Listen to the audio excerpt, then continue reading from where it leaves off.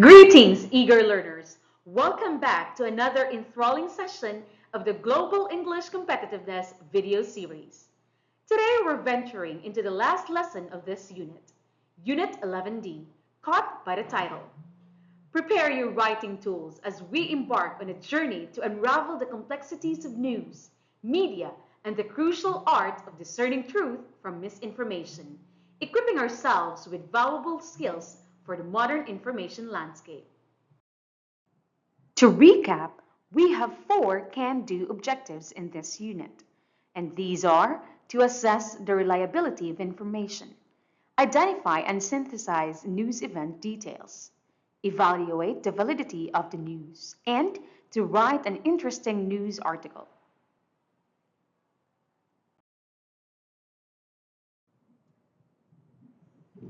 As you can remember, we have already covered our first can-do objective where you assessed the reliability of information.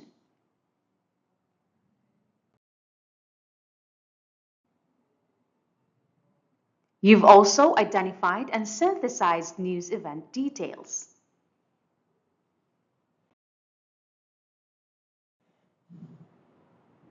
And in the previous lesson, you evaluated the validity of the news.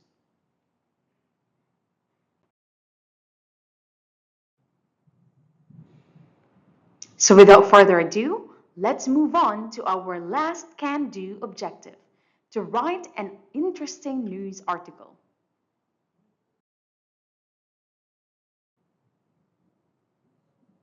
We are now in Lesson 11D, caught by the title. Now, to help us achieve our last objective, this lesson is subdivided into four sections: reading, vocabulary, grammar, and writing.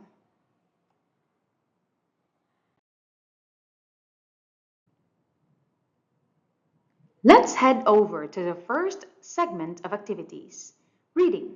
Written in the following slides is a guide on writing an interesting news article. You may notice a few words written in bold. These are examples of phrasal verbs, but don't you worry, we will be discussing more about them later on in this video. In the meantime, let's read the article together.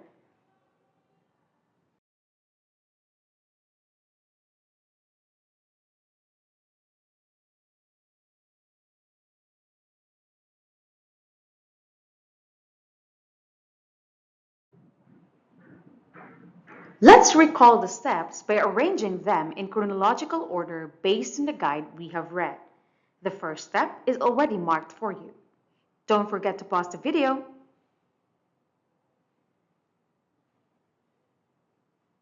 Here's the chronological order for the steps in writing a news article.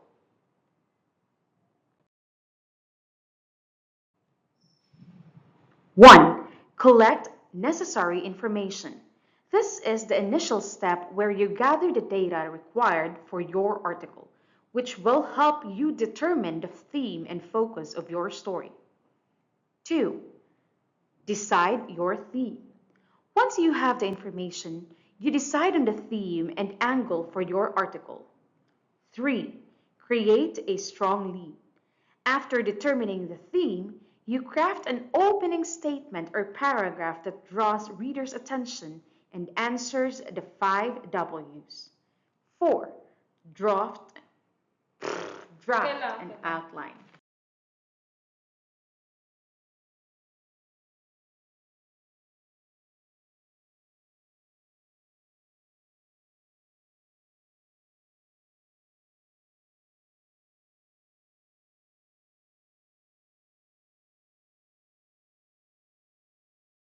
Four, draft and outline.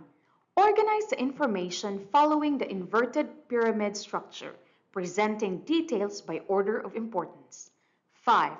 Utilize quotes. To provide different perspectives and maintain neutrality, you may incorporate quotes from interviewees. 6. Write simply. Your goal is to write clearly and concisely. Avoid unnecessary embellishments. 7. Verify your sources. Ensure the accuracy of the information you've gathered by verifying your sources. 8. Review and edit. Finally, proofread your article to convey your story's purpose and message effectively. Make necessary revisions to refine your article.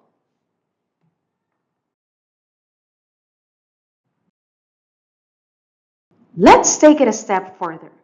Identify which of the following statements are true by writing T and F for false statements. For number 1, the correct answer is T. The statement is true because organizing information by importance is a fundamental practice in journalism and other forms of writing to engage readers effectively and convey essential details first. Now pause the video and answer the rest of the items. Now here are the correct answers.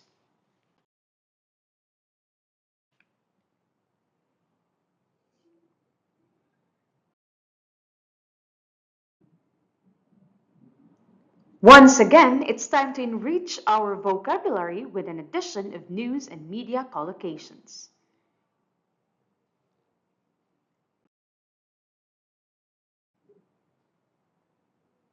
In the box are different news and media collocations.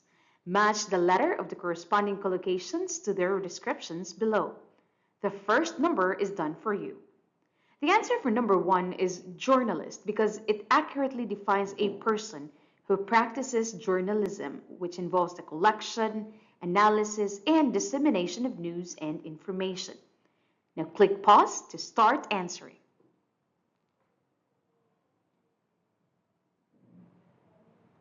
Here are the correct answers.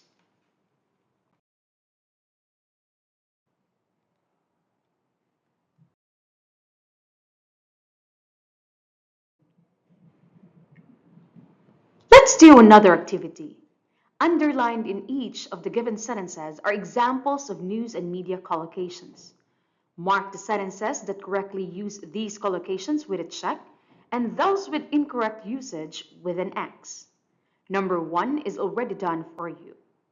For number 1, the blank is marked with a check because the phrase hot off the press is used correctly to indicate that the latest issue of the school newspaper has just been printed and is fresh.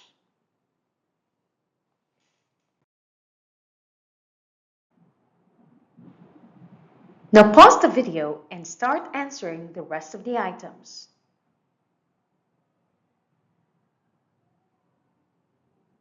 Now here are the correct answers.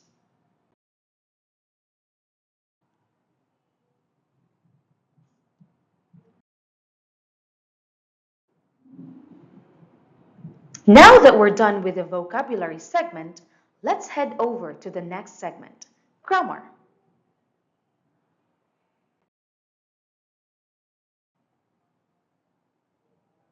As mentioned previously, we will be learning about phrasal verbs for today's lesson. But first, what are phrasal verbs?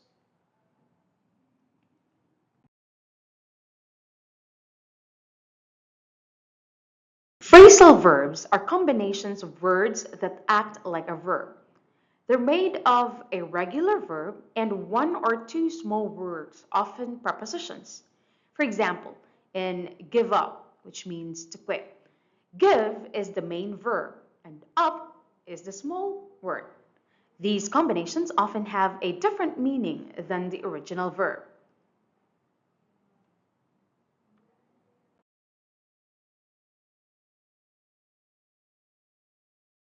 Let's put your knowledge to a test.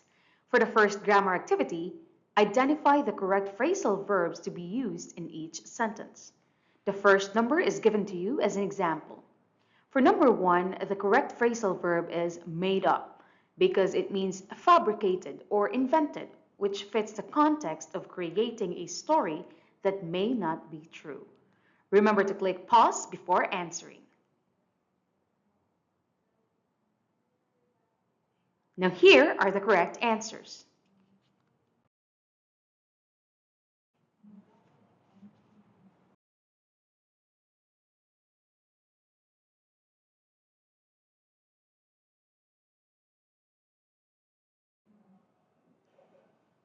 For the next activity, Fill in the blanks with the correct form of the phrasal verbs contained in the parentheses. For number 1, the correct answer is beefed up. Alright, let's delve into why we went with beefed up in this sentence. So, beefed up is a phrasal verb meaning to make something stronger or increase it, like, bulking up security. Now, you might be wondering, why the ed at the end? Well, think of it as a time travel tag. We use beefed up because we're talking about something that already happened in the past. Picture saying, they beefed up security during the presidential inauguration. The ed signals it's something they did back then. It's like adding a timestamp to your sentence. And here's the cool part. Now that you've got this trick, when you spot beefed up in another sentence, you'll know it's talking about something they got stronger in the past. Do you know?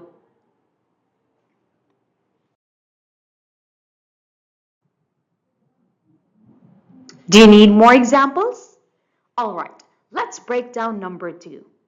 In sentence number 2, the correct answer is gave away. Gave away is a phrasal verb and it means revealing a secret or making something known. So, imagine Harold's daughter spilled the beans about him to the police officer, essentially revealing his secrets. And why gave away instead of just give away? It's in past tense. However, unlike the previous phrasal verb beefed up, this does not end with an ed because it's an irregular verb. Using the past tense gave makes it clear that the act of revealing took place in the past.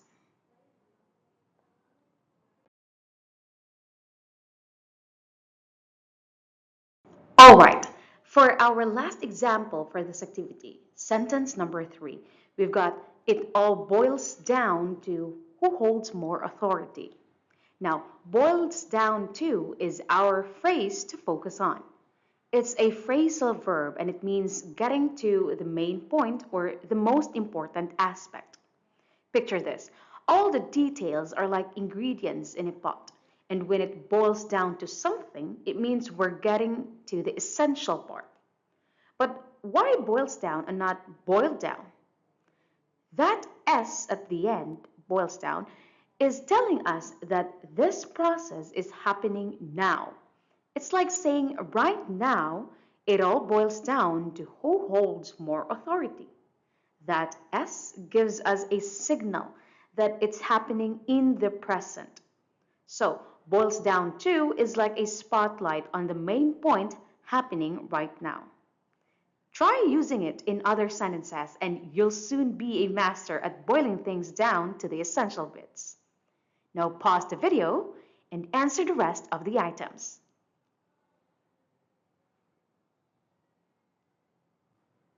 Now here are the correct answers.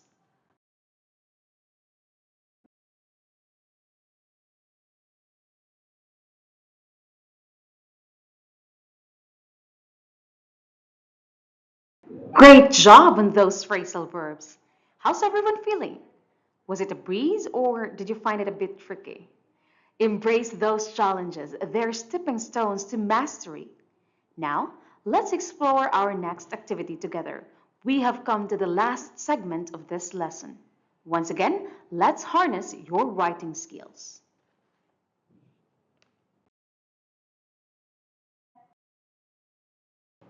Imagine you're a journalist tasked with covering a story. Compose a news article using the information provided. Use the tips given in the first part of this lesson and keep it brief with no more than 300 words. Pause the video and start composing that article. Fantastic job on your news article. Now let's elevate it even more. Consider utilizing tools like ChatGPT, Quillbot, or Grammarly to review your work. These platforms are valuable in pinpointing areas for improvement, whether it's grammar, clarity, or suggesting alternative phrasing to enhance the effectiveness of your article. Take a moment to check your writing and consider how you can make it even better.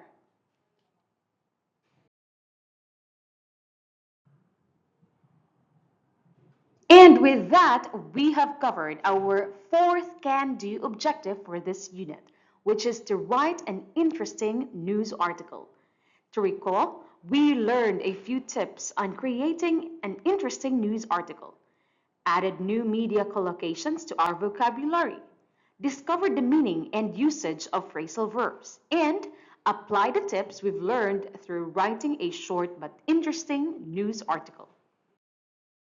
That concludes Unit 11D. Your dedication to learning has been inspiring. Thank you for joining us in Unit 11, Media Information and Literacy. As you continue to navigate the vast sea of information, may you do so with wisdom and discernment. Remember, the ability to critically evaluate media sources is a vital skill in today's interconnected world. We look forward to your continued engagement as we explore new horizons in English competitiveness.